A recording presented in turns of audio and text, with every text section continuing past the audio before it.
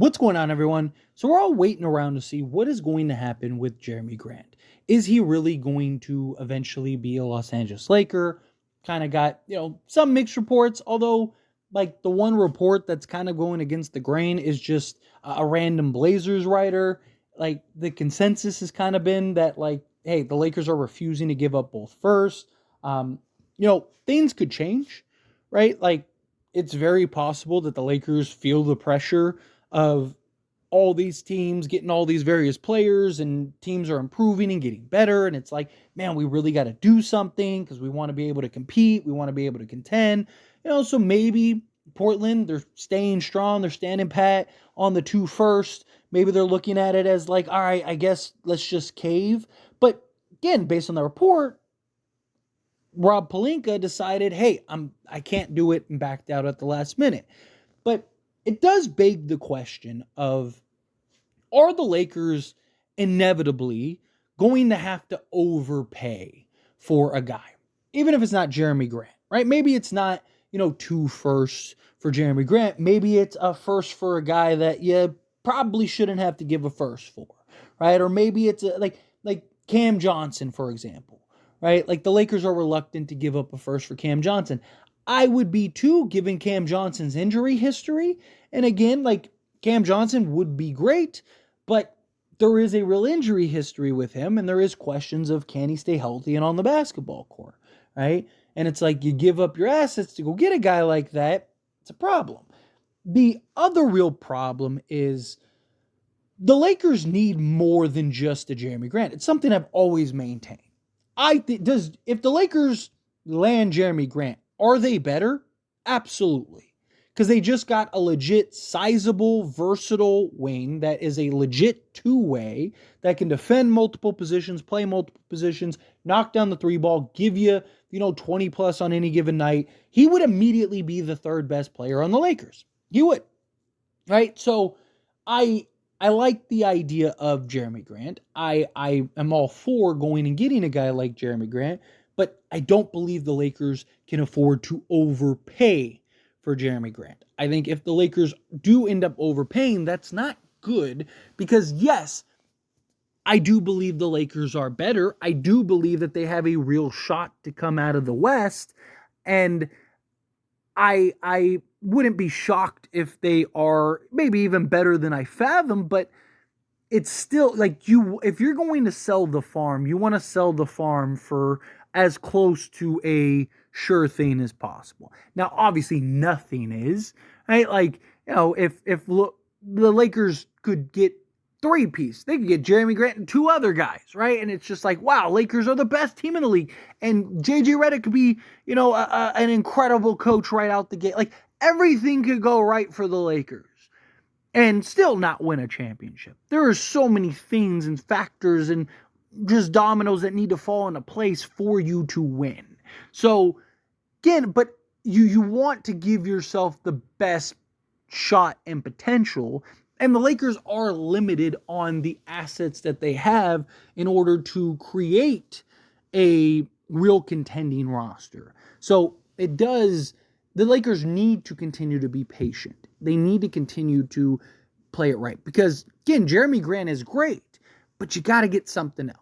And look, Rob has done a great job. I know people are not happy with Rob. And look, I'm disappointed in some of the free agents that the Lakers have missed also, but it's like, are any of those guys really making us that much better? No.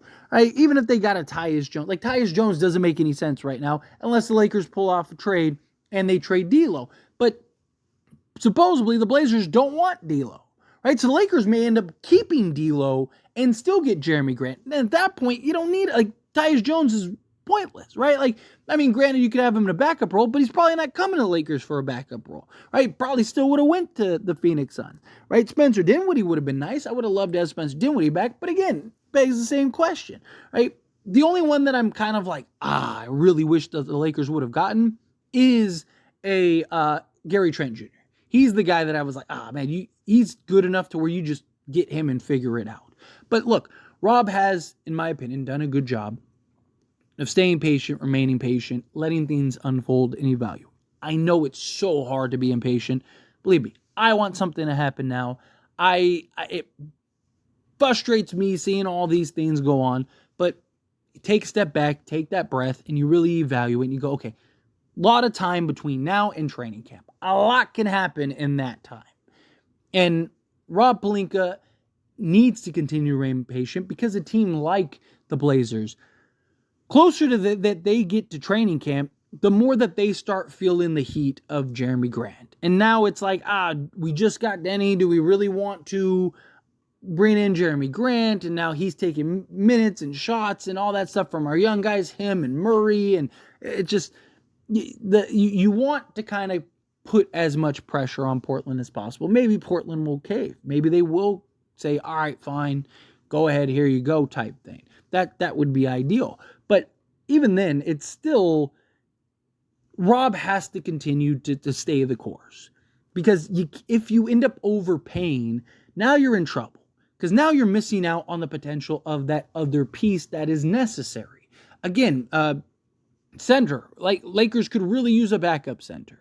Right? And look, who was it? I think was it Brian Windhorst? I feel like that's wrong. But we'll say Brian Windhorst. Correct me if I'm wrong down in the comments. I'm going to go with my first instinct that popped into my head. But I think it was Brian Windhorst that said that Jonas Valanciunas is still an option for the Lakers.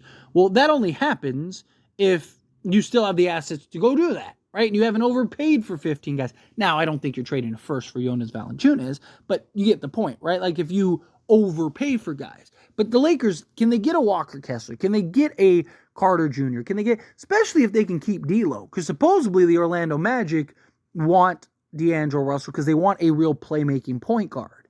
So, if you could go get Jerami Grant and then turn D'Lo into a Wendell Carter Jr., I think the Lakers are now a legit contender because now you have that versatile big. They can slot alongside Anthony Davis. You also got a big defensive guy. You can always slot LeBron back to the point. I mean, a starting five of LeBron, Reeves, Grant, AD, and Wendell Carter Jr. is in my opinion, one of the best teams in the league. I think now you're a legit bona fide contender at that point. But that only happens if you don't get fleeced in a trade. That only happens if the Lakers continue to remain patient, let things play out, and let things unfold. Because as soon as they cave to 2 firsts for Jerami Grant, more likely than not, you miss out on the opportunity for that other guy. I don't want the Lakers to have to go into training camp or not training camp, the trade deadline. There we go. I don't want to see the Lakers go in the trade deadline and not have a trade done. I'd prefer a trade get done before training camp. And now all you're doing is just kind of, if you do pull off a trade at the trade deadline, it is for like that around the edges type trade. It's like, oh, you know what? We could really use a center. Jonas Valanciunas is available. Let's go get him, right? Something like that, where it's just, you're just kind of getting that added piece that you need to kind of, make your final, late season push and then also contend for an NBA championship. That's the idea. That's the ideal scenario. But, you got to do right by LeBron and AD. And I do get that. And I do get the sense of urgency and just needing to get somebody sooner rather than later. But you also, again, you got to make the right moves, right? Because you make the wrong move and you still don't win. Now, all you did was just ensure that not only are you still bad, but you're bad long term too, right? Like, so you don't want both, right? Like, I'm all for the Lakers selling the farm to try to go win an NBA championship, right? I'm all push your chips in, go do it. Trust the Lakers brand. Trust that when LeBron leaves, somebody else is going to step up, come in, and slot alongside AD or post AD or whatever. I mean, we heard all the talks. I'm old enough to remember when Kobe Bryant was on the end of his career and everyone was saying like, oh, enjoy Kobe because once he retires, that's the last superstar forever. You're going to be a bottom feeder for 10 years and blah, blah, blah, blah, blah, blah, blah. And 2 years after he retired, LeBron James came. And then Anthony Davis came and the Lakers won a championship. So I trust the Lakers brand. So to me, again, you sell the farm for the right pieces, for the right moves, for the right trades. But you don't want to sell the farm just to sell the farm, just to say, we did it.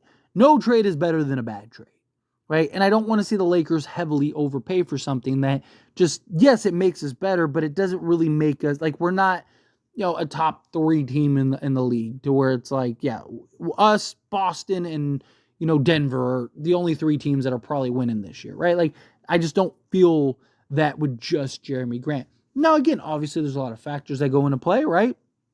Good coaching. Maybe the Lakers are, right? Maybe you look up and then you get Jerami Grant, and maybe the Lakers all of a sudden are the 2 seed in the West, and it's like, wow, like, where did this come? You never really know until you get there. But I'd feel more comfortable if you were able to get a Jerami Grant rather than just a Jerami Grant. But anyway, as always, this is a discussion. I pass a question on you. Let me know your thoughts and opinions down in the comments below. What do you think? How do you feel? What are your thoughts? Do you think, like, yes, don't overpay? Do you think, like, no, hey, if you got to overpay, you got to overpay. Whatever you got to do, just get a trade done, get something done to get it to happen. Again, however you feel, whatever your thoughts are, I'd love to hear it. So let me know down in the comments below. That being said, if you haven't liked this video, hit that like button. Helps me a lot. It's me enjoy these types of videos, and I truly appreciate it. Not subscribe to the channel, hit that subscribe button. Turn on the bell notifications. Appreciate y'all. See you in the next one. Thank you.